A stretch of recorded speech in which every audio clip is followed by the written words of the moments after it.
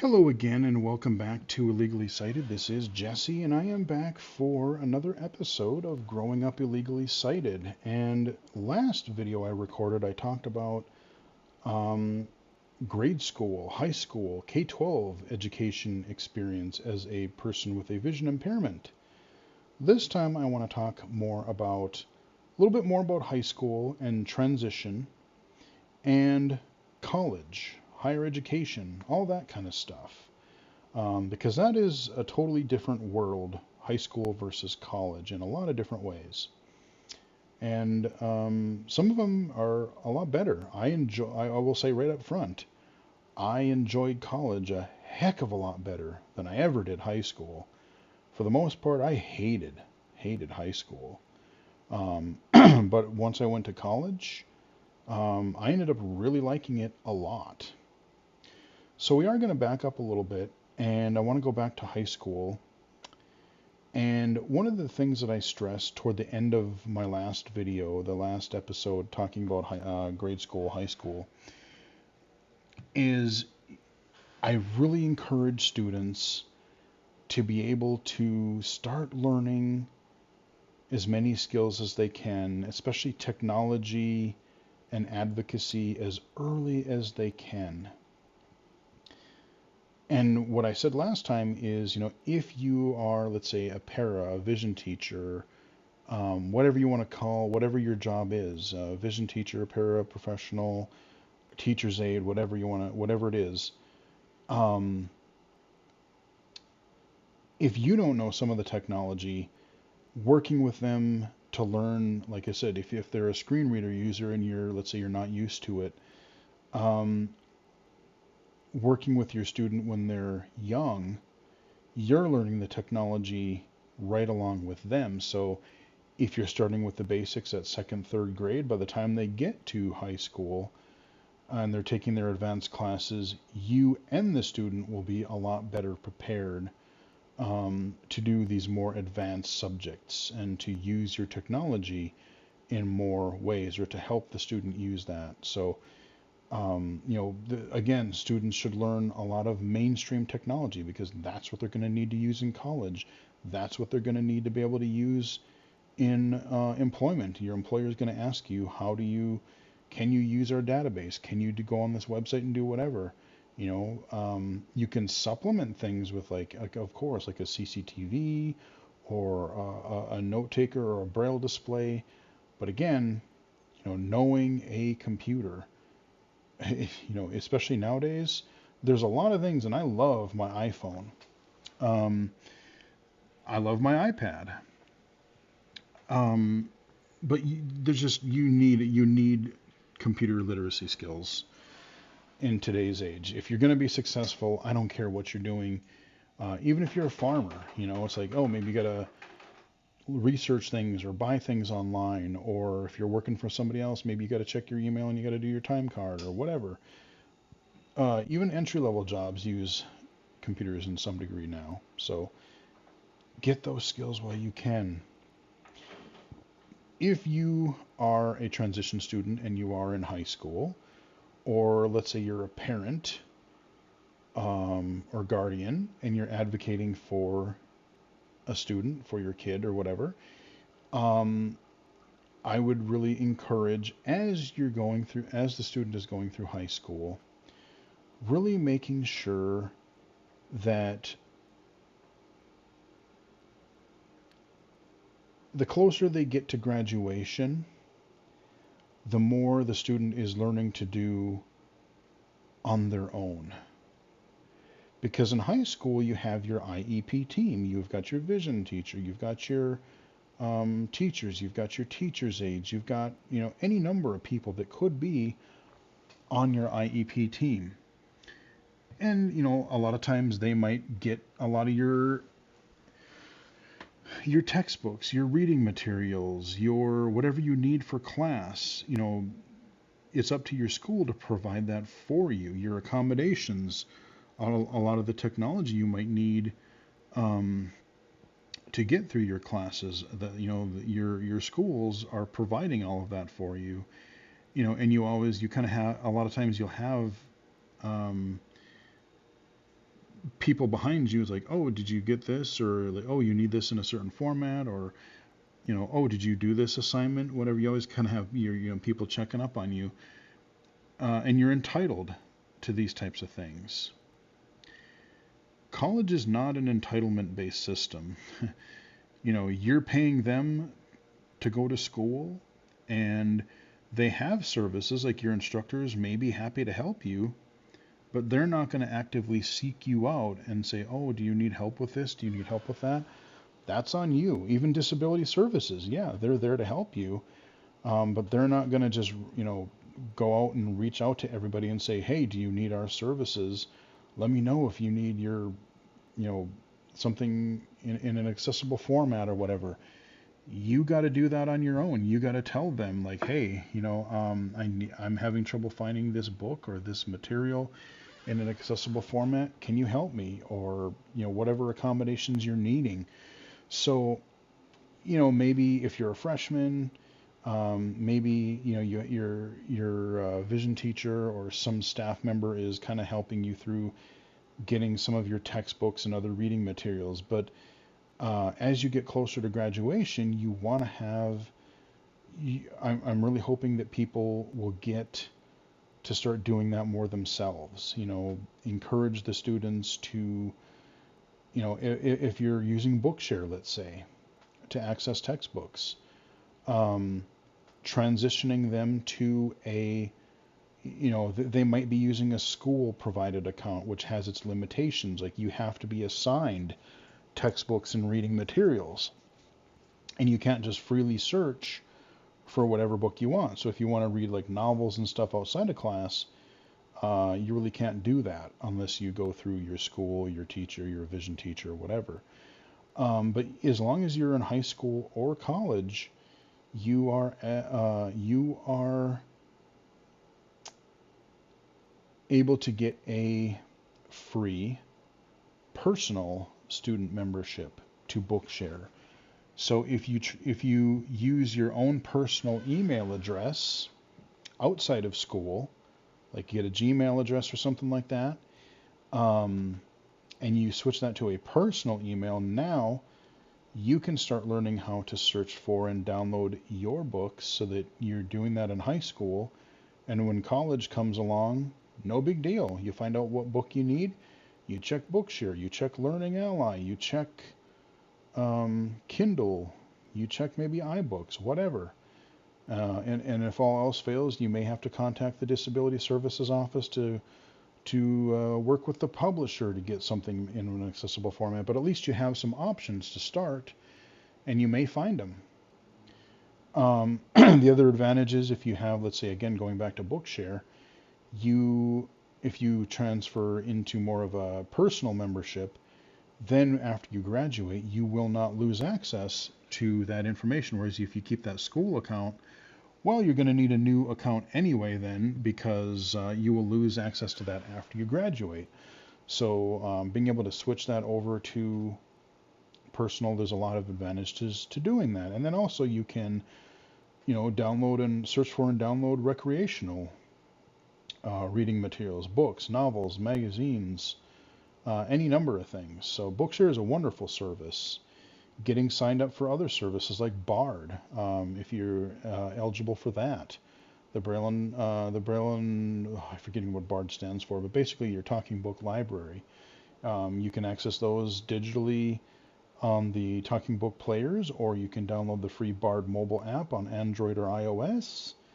And those are more geared toward recreational reading. So you want to, and these are human narrated audio versus text to speech. That's the other thing that I would actually also encourage, especially for low vision students. I work, again, my day job, I work with transition age students, high school, college. And there's a lot of low vision students who read visually and prefer that. And they do very little with text to speech or screen reader or even human narrated audio. And that's fine, but if you're planning on attending college, there's going to be a lot more reading involved. Like, there's just a lot of textbooks, a lot of reading. And, I'll ask, how do you like to read? Or do you prefer to read visually, audibly? And some people do. They learn better different ways. Some people find it easier to listen. Some people find it easier to visually read. And that's great. But let's say that you do read visually and, I talk to people and they experience eye fatigue. Their eyes get tired, they get headaches, or they just, any number of things like that. And, I ask them that, like, oh, yeah, sometimes I get headaches, or sometimes by the end of the day, I'm just shot. And so that's where, while you're still in high school, start getting used to accessing things in different formats. If you're a visual reader, do a little bit of human narrated audio, do a little bit of text to speech. You can access Bard and Learning Ally through mobile apps, and those are human narrated. If you want to access Bookshare, you can do it through the web right on their bookshare.org website. They've updated their web reader to actually be pretty good now. You can customize things visually, the font, the size, the color, the contrast, theme. You have you can choose a few different voices and listen to the text being read aloud via text to speech in your web browser. You can bookmark, you can jump to pages and chapters. It's not bad. And then, of course, you have all of your mobile apps. Your Bookshare's got their own app, although it's pretty basic. That wouldn't be my first choice. Again, things like, I know people use Easy Reader. I'm firmly in the Voice Dream Reader camp. It's not only does it read Bookshare books, but it does PDF files. It does Word documents, EPUB, it does pretty much any, like even audio files. It just reads so many different types of things. It supports iCloud, so you can, synchronize between devices. There's an Android version of it called Ledger, Legere Reader, Ledger Reader. It's got the scanner feature built in where you can make these garbage image-based PDF files accessible. You can snap a picture of a document and save it right in your app and have it ready, and you can visually or audibly read it. I'm a huge fan of Voice Dream Reader, and I recommend that to pretty much everybody, blind or low vision, just because it's so versatile, it's so capable that I love it. But being able to access, knowing how to download or find accessible books, download them, read them on your computer, read them on a mobile device so you're more portable. Learn these things while you are in high school, because they're going to be very important if you plan on college. Because you're not going to have as many backup systems in place, as many people in your corner to do that. A lot of that's going to be on you to set that up or ask for help. But just learning those skills, and again, if you're a visual learner, get used to maybe read shorter things visually. Do your day-to-day stuff visually. But then for longer reading, you can kind of either follow along visually, but concentrate on listening, or even just just flat out listen to a document. That can be really helpful because it'll save your eyes. You won't be as tired at the end of the day. You may not get as many headaches, or your eyes may not get as tired. A lot of advantages to doing stuff like that. As for college itself, before I go to college, a couple other things. Typing skills, very, very important. In addition to reading a lot in college, you're going to be writing a lot. You're going to be writing papers. You're going to be taking composition classes. You're going to be participating in a lot of discussion boards and forum posts and things like that. A lot of classes require those now. So you're going to be doing a lot of writing and being able to just know how to touch type. And even taking notes in class. That's something that you're going to need to do. I took a lot of notes in college. So get used to that while you're still in high school. And you have a little bit of that backup if you miss something. So by the time you get to college, you'll have those skills and you'll be able to write. You'll be able to take notes. Taking notes is a huge thing. There are, of course, times where you may need somebody sighted to help take some notes, like especially I found in math and science classes, if they're working with the whiteboard a lot or something where they're writing equations and showing you how to solve them. I was not able to really see that in college or even high school. So somebody would be able to kind of write some of those things down for me as they're, kind of, so I'm listening to the instructor, but I'm actually having someone write down some of these equations and stuff so that I knew what the heck was going on. That type of thing you may be able to work with the disability services office in college to get that kind of accommodation. But if it's like, oh, you're just listening to a lecture, um, yeah, some people might get some note taker accommodations, but actually taking your own notes, whether you're in college or just in life in general, is a very helpful skill to have, because if you write down the notes, I find that if I write something down myself, I'm more likely to remember it.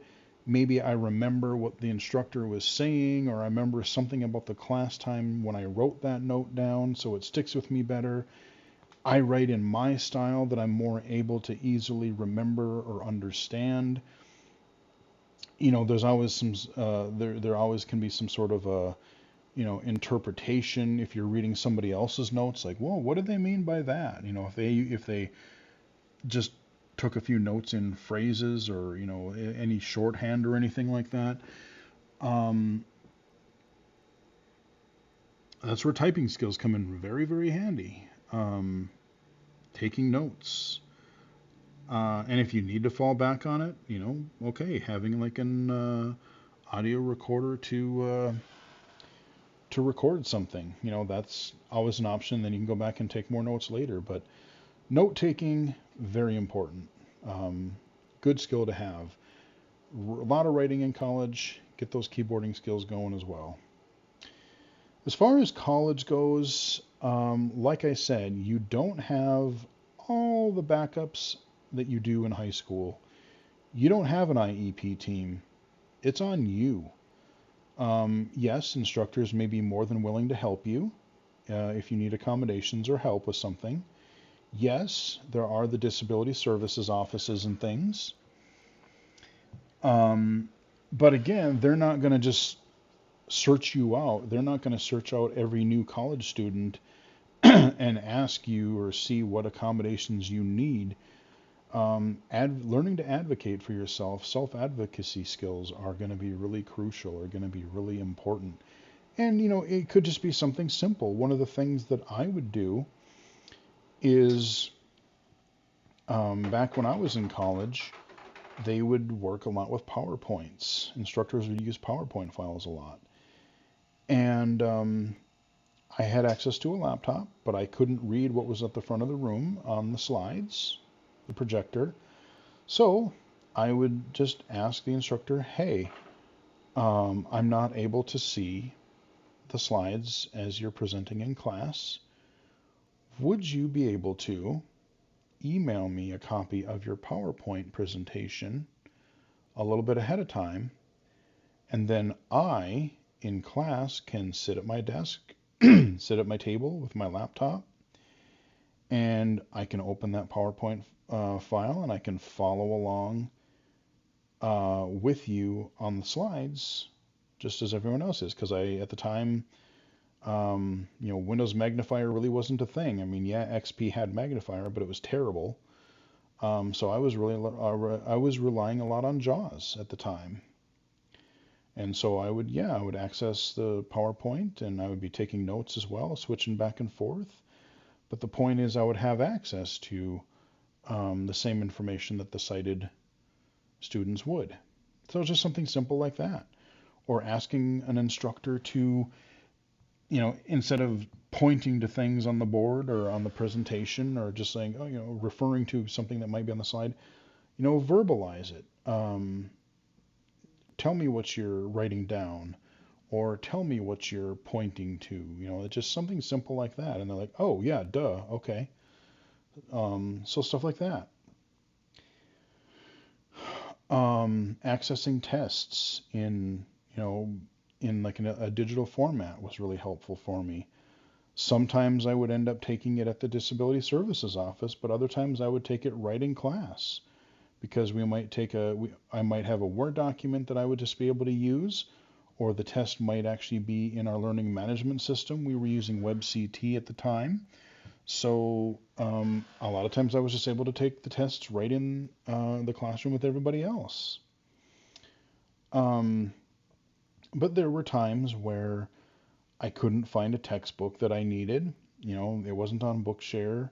Hell, I didn't even use Bookshare until almost by the time I was done graduating college, because Bookshare really wasn't a thing. I got my account. I graduated in 2003 and graduated college in 2003, and I got my Bookshare account in 2003 as well. So actually, I don't even think I used Bookshare in college. It was a lot of getting stuff from the publisher, or the Disability Services Office would OCR the textbooks themselves. But now we have so many more options, and that's why it's so important to learn where and how to find these accessible textbooks and reading materials. Even, a lot of classes will have you reading journal articles, all kinds of stuff like that. So accessing Bookshare, Bard, Learning Ally, Kindle, iBooks, WebBraille, any number of things. Looking for journal articles from different libraries and sources online. All skills you're going to want to have. Learning, just knowing how to navigate the internet well, especially if you're using a screen reader. Because that's basically what all these learning management systems are. Schoology, Moodle, Blackboard, WebCT, take your pick. There's like a gazillion of them now. They're just websites. And most of them aren't too bad. The problem is it's the content that people put in them. It's not that the platform or website is inaccessible, because most of them aren't too bad. But when instructors love to put in image-based PDF files, people love those for some reason. And so that can be a problem. And again, learning some of if I would have had half the technology tools we have now, college would have been even a lot easier. Again, your Seeing AI, your Envision AI, your Voice Stream Scanner, Voice Stream Reader. I can take a picture. Let's say, we're in class and we get a handout and say, I want you to read this now. We're going to take a quiz, or we're going to discuss it in 5 minutes. I don't have to wait and fall behind because I have to wait and ask the disability services to convert it for me. I can do it myself literally within like 30 seconds to a minute. I can snap that picture, have it read aloud, boom, I'm good to go. Same thing with like PDF files. If you get a bad PDF file, I can use Voice Stream Reader, Voice Stream Scanner.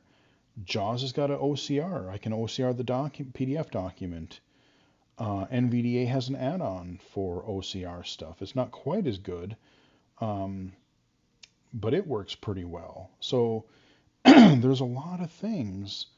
The more of these things that you know on your own, like I said, yes, there are times where you're going to need to work with disability services or other people or your instructor to get you through something, or for you to get help. Maybe even you need a tutor for a certain class. But the more you can do on your own so that you don't have to wait for somebody to convert the materials for you, you're not going to have to fall behind as much. That's the other thing that I would say is accessing materials. It's important to advocate for yourself, as I said. But you also have to be realistic. Um, people might want something if I want it digitally, I want it in this exact format, and I want to only use this program because that's all I know. That's what I know. Okay. I would be a little bit more open to that. Or maybe I'm a heavy Braille user and I want everything in hard copy Braille. That's the only thing I'm going to accept. In an ideal world, yeah, sure. Great. That would be nice. But guess what? Like I said, especially in college, plans change all the time. A lot of instructors don't even know what textbook they're using until a couple weeks before class, which is frustrating in itself. But then, you have your syllabus laid out and they're like, oh, this is what we're going to cover. This is what we're going to cover in what order. And they change their minds all the time. Maybe they're going to, no, we're going to skip and we're going to skip to chapter 12 instead of chapter 4 because it makes more sense. We're going to do it this way. Or we're going to get sidetracked. We're going to read some web articles. We're going to read some journal entry or, academic journal stuff. Any number of things can happen. So you have to kind of be prepared for that. And especially for Braille, and I'm not knocking Braille. Even if you're low vision, if you have any trouble reading print, I think a blind or visually impaired person should have some physical way to read print or to read, not just audio, because if all you're doing is audio, you're losing out on a lot. You're losing out on punctuation, like your actual sentence structure. You're missing out on spelling. There's just a lot of ways, whether you're reading print visually or you're reading Braille. Absolutely, I encourage using one of those in combination with audio. So I'm not knocking Braille by any means. I wish I would have learned it younger so I was better at it. But is it realistic to expect everything in hard copy Braille? Probably not, because again, things move so much faster, they jump around, and a lot of your textbooks may or may not be already in a Braille format. They may have to be converted by the Disability Services Office, or they may need to be translated, somehow from somewhere. Like in our state, we have our communication center through State Services for the Blind. They can help with that. But again, all that takes a lot of time. It takes a lot of effort to create. Not only that, but they have to proof it and make sure that it actually, especially you're looking at academic material, so you want to make sure it is accurate. And that takes a lot of time and effort, as I said.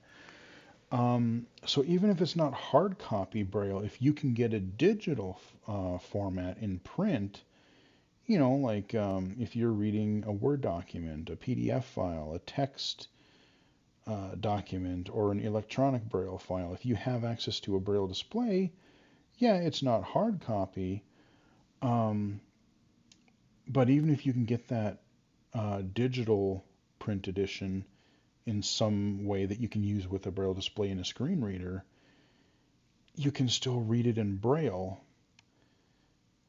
if that's what you prefer, and you'll get access to it much, much quicker.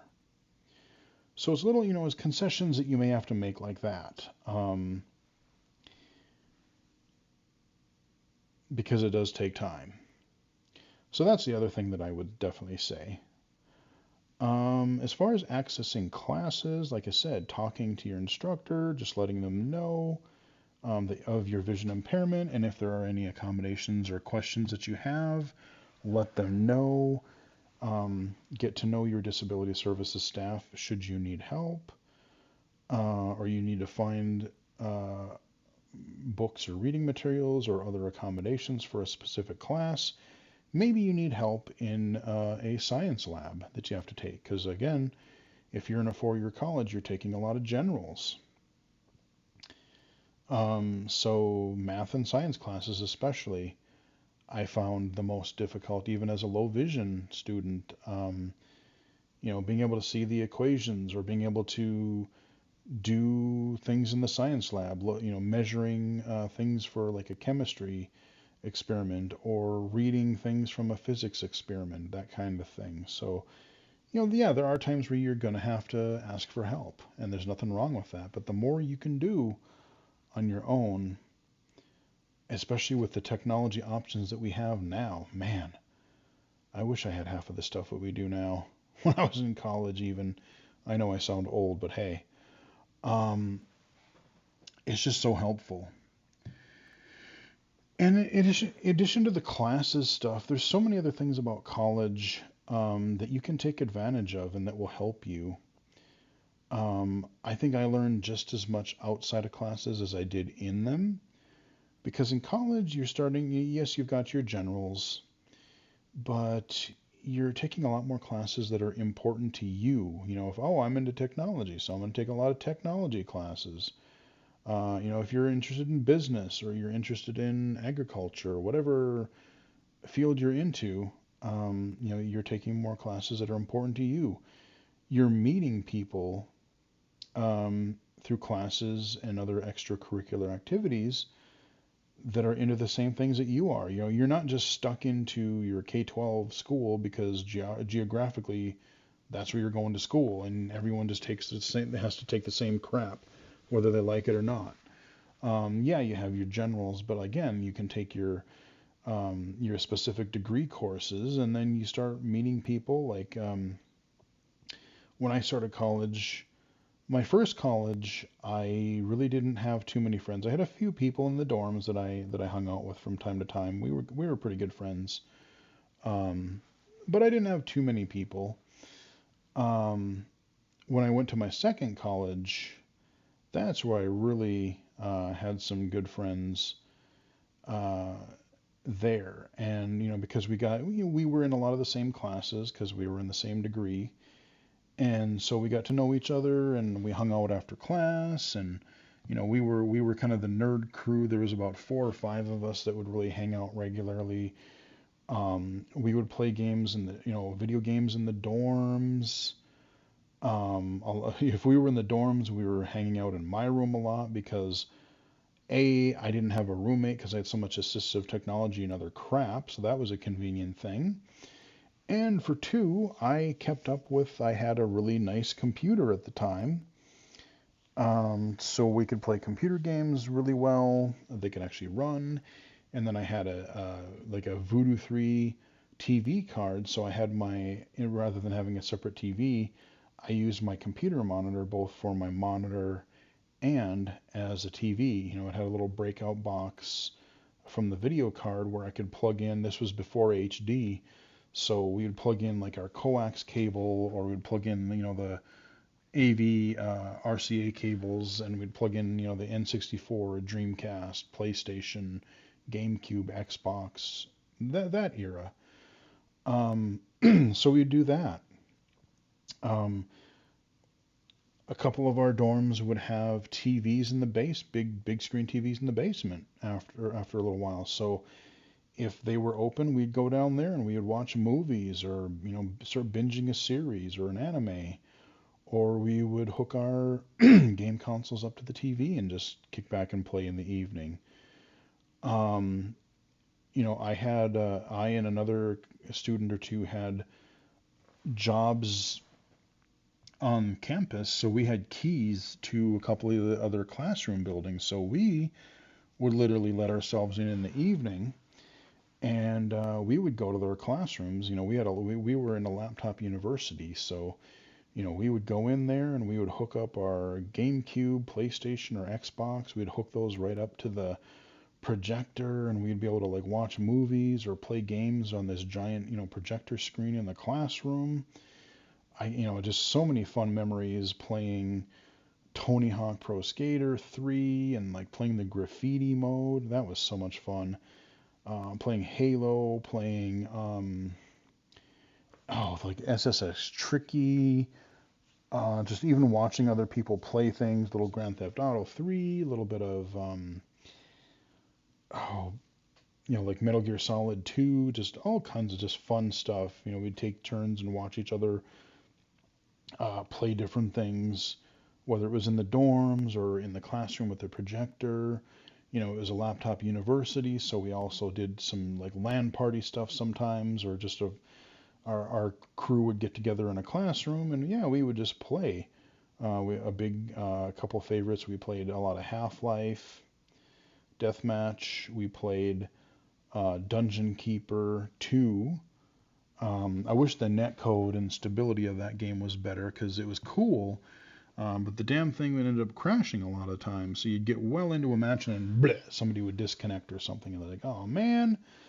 But we were big into Dungeon Keeper too. That was a fun one. So, getting to know people, and even we'd get together and do homework if we were in the same programming class or a same tech class. We were building a server together. Because again, when I transferred, I was doing a lot more IT stuff. So we would build, it's like, oh, we'll put in our little hard drive bay, swap in our hard drive. We would install Windows 2000. We'd have to set it up as a server. We had to configure our mail server and get our mail client working. We had to get a web server. Just doing all kinds of things with servers and networking and IT, all that kind of stuff. So we would work together on some of those things. So even joining other, like I said, extracurricular activities is important. I was in a computer club for a couple of years that they had it, and during one of those years, we went to a trip down to the Consumer Electronics Show I've mentioned on the channel before. That was a fun experience. Never gone to a big show like that, so yeah, that was fun. Got to go to Vegas and see a little. A friend of mine and I, we went down a couple days early and walked all over Vegas. Got to see the casinos and all that kind of stuff. But it was funny because by the time we got to the opening day of the Consumer Electronics Show, we were so tired from walking all week. I think we showed up like 3, 4, or 5 days early, and we walked everywhere. And so by the time it was fun going to the conference, but my friend and I, we were so tired. We're like, oh my God, we got to sit down. I can't even barely move, let alone walk anymore. But it was it was a neat deal. That was right around when HD TVs were starting to be a thing, and like DVDs were just starting to get really popular. Like um, I remember seeing these just big screen TVs and DVD players, and seeing they would show the Terminator 2 movie on them, and I just remember how crisp that looked. But yeah, going to things like CES and doing things like that. Um, Again, it's a good way to meet people, good way to network, good way to get experience. Say that you did a couple extracurricular things that you can add to your resume. Speaking of resumes, while you are in college, definitely try to get some sort of work experience. Get a summer job, get an after class job. Hell, a lot of colleges the nice thing about being in college is if you get a job on the college, they know that you are there to go to college. They know that you're there to take classes and get your degree. So they are more able and willing to work around your schedule. Oh, I've got a class at 9 a.m. and then I've got a class at 2 and at 3. Um, a campus job may be able to really work around your schedule, so they're like, oh, I can work on Monday, Wednesday, and Thursdays, or Tuesdays and Fridays, and I can work between these times, and they can also supplement that with other students working different shifts. So get that thing. The more you can have on your resume before you go out and look for that real world job outside of college, get as much as you can, because even an entry level job, we're going to talk about this in the next video, but um, even an entry level job, they're talking about needing an education level, or you're needing X years of experience. Well, how do I get experience if all of the jobs I'm looking for require experience? It's this kind of catch-22 thing. So if you're in college, get a work study job, get an on-campus job. If you're interested in a certain thing, like look at the library, look at the technology center, disability services office. Maybe you get to know an instructor or two. Maybe they're working on other research projects, or they do other things besides instruction.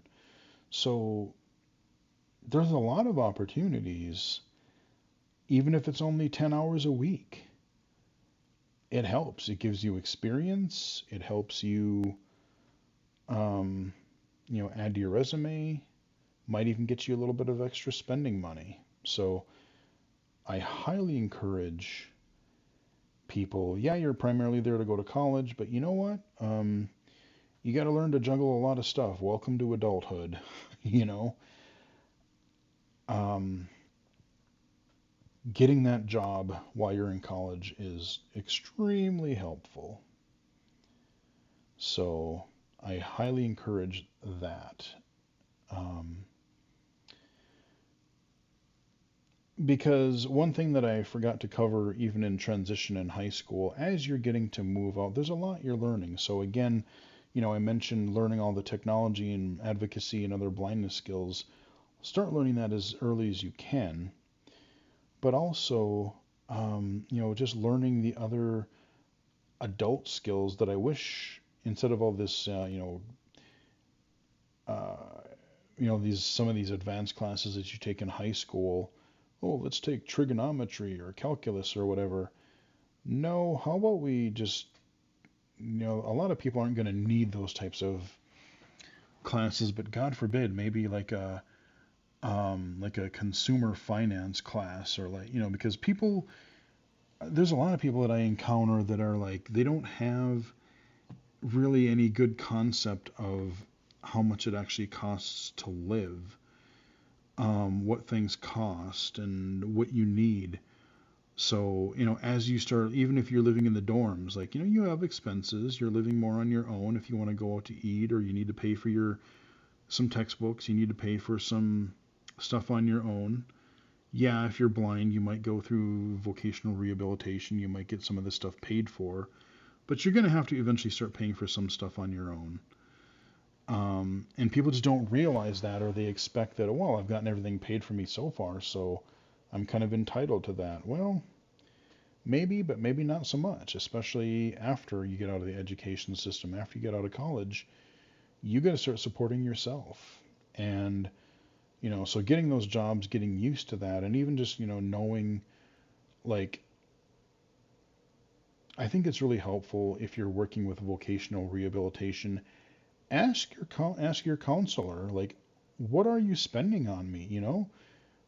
Because again, people, if they just get all these services for free, they don't really get a concept of how much money is being put into you.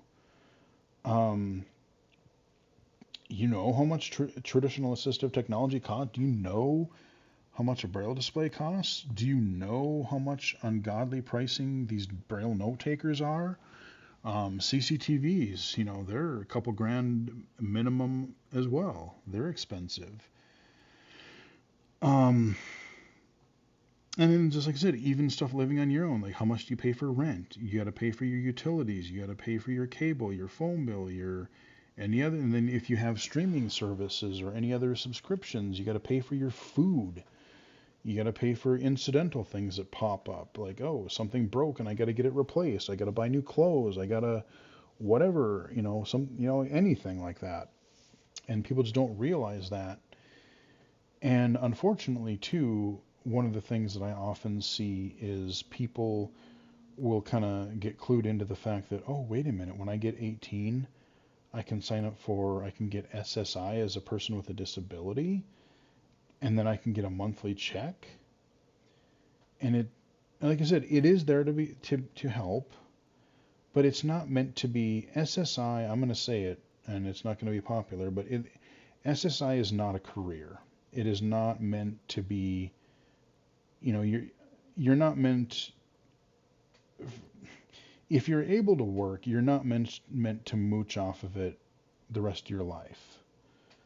Because I do maintain that if blindness or low vision is your only disability, um, that is not really a debilitating disability. Especially nowadays, it does not have to be.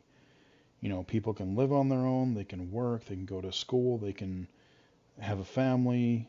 I mean, technology, like I said, it doesn't solve everything, but it really, really helps. We should be expected, enough of this low expectations garbage. Oh, the blind people, we got to take care of them, and they can just sit around and do whatever. No, I mean, like I said, the rest of my body works, my mind works. Why can't I work? I should be expected to work, to pay taxes, to support myself and my family, just like everybody else.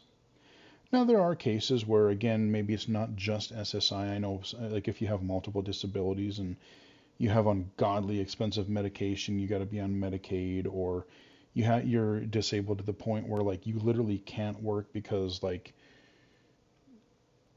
you have you have a disability to where, like, you literally can't. Maybe your immune system is completely shot, or just for whatever reason. Like, there are some disabilities, there are some cases, of course, where it's just somebody can't work, and I totally get that, and that's what this stuff is for.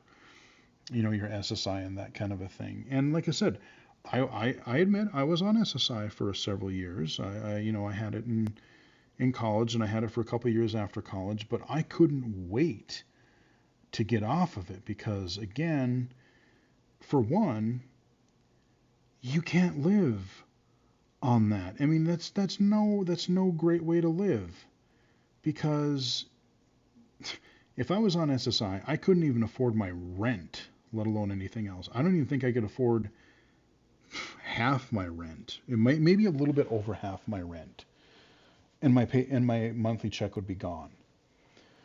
Um, let alone everything else. Not only that, but then in order to also do that, well, then you got to get everything else subsidized. Maybe you're on food stamps. You got this EBT card. Maybe you have to be in subsidized housing, and it's like you get this service, that service, blah blah blah blah blah, and you got like 6 different services, and you got to report monthly to social services, and you got to fill out that form and that form, and then they screw it up. And why would you even want to deal with that? I don't even want to. Like, it's actually much easier for me to support myself than it is to purposely keep myself under these restrictions that you have to do in order to even keep these services. I'll talk more about that in my employment video, but just educating people to know that not only can they and should they be able to work, but like just getting that experience, getting that summer job in high school, getting those work study or other jobs while they're in college. Take advantage of the flexibility of a college job, because, like I said, they know that you're in class, and they know that you can, they know that they can work around your schedule a little bit more. Get that stuff for your resume so that you have work experience. And even in high school, it's also good to get an entry level job. People call them crap jobs or entry level jobs. Like, God, maybe you work at a local retail store, grocery store. Maybe you work on a farm. Maybe you work, whatever it is. It may not be something that is, directly in your career path. Like, I'm into technology, so I've had jobs that had nothing to do with technology. I worked my butt off on our home farm when I grew up.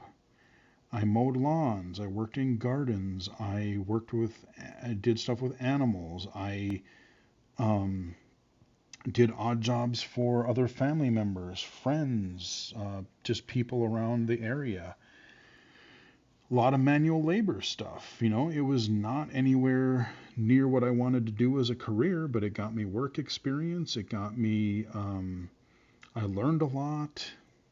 And there's a lot of things you learn soft skills, taking orders from people, scheduling, being responsible, being accountable, all those different types of things people got to learn, people got to do. So just even whether it's high school, college, um, yes, you're there for your degree. Yes, you're there to, get educated, but I think it really also helps to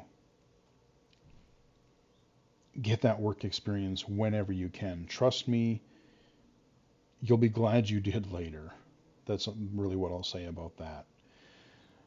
And I should have maybe talked about this earlier before college, but again, maybe not everyone is suited for a 4-year degree. There are certificate programs. There are things that you can get with an associate degree, or there's like, really specific, like I said, certificate or trade school degrees. If you're really interested in something and there's some kind of a program that works with that, you can make a great living doing some of that stuff. So, you know, yeah, for a long time it was, the expectation is, oh, you graduated high school. If you want a good job, you gotta go to college. Um, that, may not be the case as much. So explore your options. And the other thing that I would say is if you're looking for a degree, consider, don't look at just the degree, look at what type of job is that going to afford me? Like what type of jobs can I get with this degree? There are job sites. You can work with your VR counselor. You can work with other people. Find out what the outlook is for that field. Are they hiring as many people? Are they hiring more people? Am I going to be able to realistically find a job in that field? Am I going to find a job if let's say I want to live in Minnesota and I want to be an actor? Well, yeah, you can get an acting job, but you're probably not going to find that in Minnesota. Um, you may have to, you have to be open to moving somewhere like, California, or, depending on what kind of acting you want to do. Do you want to do theater, or do you want to be like a, TV actor, whatever? There's just certain things in geographically, if you want to live in the middle of nowhere, your job prospects are going to be much, much lower. So you have to think about all that stuff, because you go to school for 4+ years and you get this degree, and now you can't find a job because either that field has really gone downhill and they're not hiring as much, or there's not as many job openings, or the place you want to live just doesn't have those types of jobs. So, what good was it really? Those are the kind of things that you have to consider.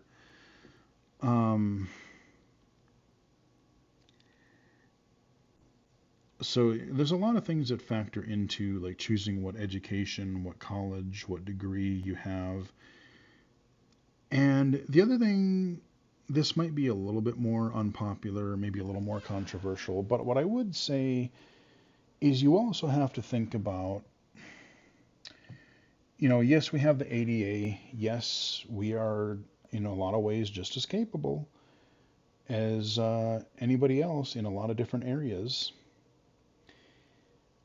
But there's this little thing called, just dealing with regular society, dealing with expectations, in a lot of cases, low expectations of people with disabilities that we have to fight around. Like, I have a friend who was really great, is really great at working with doing mechanics, working on cars, working on engines, fixing things, just all kinds of stuff. He's great at it. But even he said, he's like, yeah, I'd love to work in a garage, or I'd love to be a mechanic. But what is also associated with being a mechanic? Driving cars, test driving, visuals. People just think of cars as a visual thing. And so, like, I've seen him work on cars. I've seen him work on family cars or friends' cars or just whatever. And he does it fine. But even he said, he's like, well, yeah, I could go get my degree, but how hard am I realistically going to have to fight? And, maybe if you want to take that task on, if you want to be a core part and really help advocate so that more people with disabilities can get that kind of a job, like you really want to do, let's say, mechanics, and you're prepared to do the long fight, maybe it is worth it. But he knew that he was going to face a lot of prejudice and a lot of false assumptions about, well, if I go for a garage, if I want to go work for a garage, they're going to say, well, we want a driver's license so you can not only work on the cars, but you can test drive them, troubleshoot them, you can do whatever. Again, you think about vehicles, you think about you need to be able to drive. And that doesn't necessarily have to be the case. Maybe you and I know that somebody could work on engines and not have to drive. They can ride with someone and listen to the noises that the engine makes, or you feel the car pull in a certain way, or there's a lot of things that you can do just riding in a car.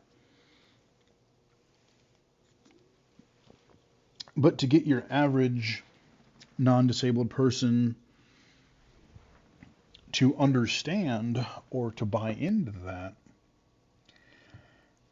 is a whole other can of worms that, again, you may or may not be willing to take on that challenge. Some people they want to get through their school and they just want to get a job. They want to work. They want to support their family, and boom, end of story. Lord knows if you have a disability, you have to fight the good fight in a lot of ways, just living, accessing services, accessing businesses, getting documents in an accessible format. I mean, there's enough uphill battles we have to do. It's like, does somebody have the grit to want to fight their way into a field that they know they are going to have trouble maybe getting into? And if you do, awesome. Like I said, we need those people. We need those people who are going to be like, no, I'm a blind person. I know I can do mechanics, and I want to do it, and I want to open the way for more people to be able, let's say, blind people to be able to have this type of job. If you're prepared and you want to take on that fight, more power to you. Do it. But it will be hard. But you have to think about that even before you start college, before you start about any training. Do you want to take on that task, or do you want to do something that is a little bit more, I don't want to say stereotypical, but more like possibly more easy to get into, or a blind person can do this. And like I said, I'm not saying that that's right. I'm just saying that that's kind of the way things are.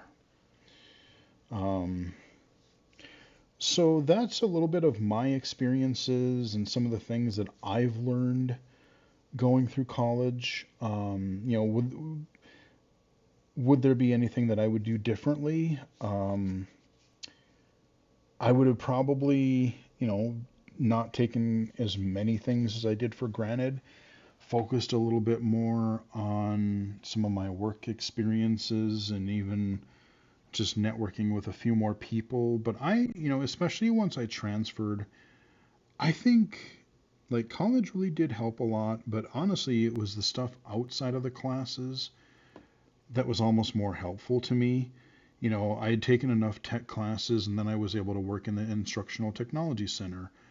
I was able to work in the Disability Services Office.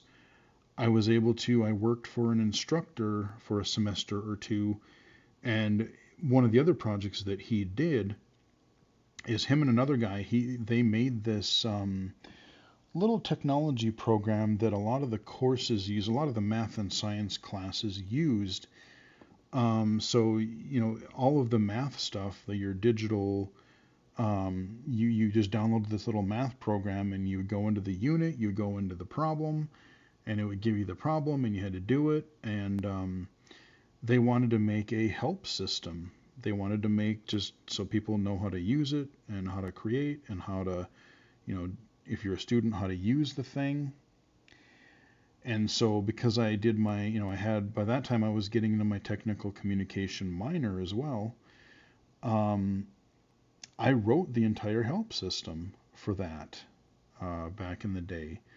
So not only was I able to write the documentation, but I also learned, I think there was a program called HTML Help. And it was kind of neat because it actually, once I made the documents, once I made the HTML files, you would put them into this HTML help program. And in a Windows program or a Windows thing, you hit F1 and it brings up that little help system where you've got the topics down the left side, and then you arrow down into the tree view, and then you go to the topic you want. I built one of those systems, so I learned that skill. And that was both the writing and the how to create a system, a tool like that was really helpful to know. So that was another skill I gained. But all of that stuff was really helpful. So those are some things, some of my experiences, some of the things that I've learned. Like I said, things are definitely different than when I was in college. I had a laptop, I had JAWS, but I didn't have a lot of the things that we do now, especially a lot of the free technologies. We have built-in accessibility for Windows. We have Windows Magnifier. We have Narrator. We have the free NVDA screen reader. We have other low vision accessibility features built right into Windows. The Mac has VoiceOver and Zoom. iOS and Android have their own screen readers, their own magnification tools. We have apps that can do just amazing things. Seeing AI, Envision AI, Voice Dream Reader, Be My Eyes, just any number of things. And then just even the mainstream stuff, being able to pay my bills a lot easier. I don't have to go to a website. I can just use an app, or I can check my bank account. I can get groceries delivered online. Things that we didn't even have back then. I paid some bills online, on the web, but there was no iPhone when I was in college. So there's just so many other things that, in addition to what I used to do, have become a lot easier if you take the time and learn the technology. And that's why in high school I should have mentioned, it's just learning the technology as soon as you can. And we'll get into this in the employment video, but I would say 98% of the jobs that I have encountered myself or working in vocational rehabilitation as an assistive technology specialist are in Windows. They're, Mac is used sometimes for artistic stuff, some web design stuff, but your average office type job is going to be in Windows. So going beyond, yes, the iPhone is excellent. The iPad is great. Chromebooks, they have some accessibility, but they're basic. Having those Windows skills is probably the best way to go, because that is where your employment is going to be. You're going to be able to use that in college. It's really all going to be helpful. So that's what I got for this video. I hope it was helpful. Talked a little bit about some of my experiences, some of the things that I recommend, because the things that I've been talking about, the things that I recommend, I encountered these types of things. I encountered websites that I had trouble accessing, class materials I had trouble accessing, working with the instructors. A lot of them were very accommodating, and just kind of working your way around. But then also, again, you want some things in a certain way. You kind of just have to be like, well, you know what? It's quick and dirty. It gets me through it. Would I love to have it in this exact format, in this exact way? Sure. But if I don't want to fall super far behind, I got to make some compromises. I got to make some concessions too. And if I can get the work done, that's just kind of the way I look at it. We don't live in a perfect world. We do the best we can. And yeah, that's kind of it. But I hope you guys found this video helpful. There's so many other ways I could have taken this, but like high school and like I said, transition and college. There's a lot of differences between high school and college, and a lot of that is going to be on you. So the more skills you have, the better off you're going to be, not only just for college, but for daily living, career, all that stuff. So hope you guys enjoyed the video. Give it a like if you did.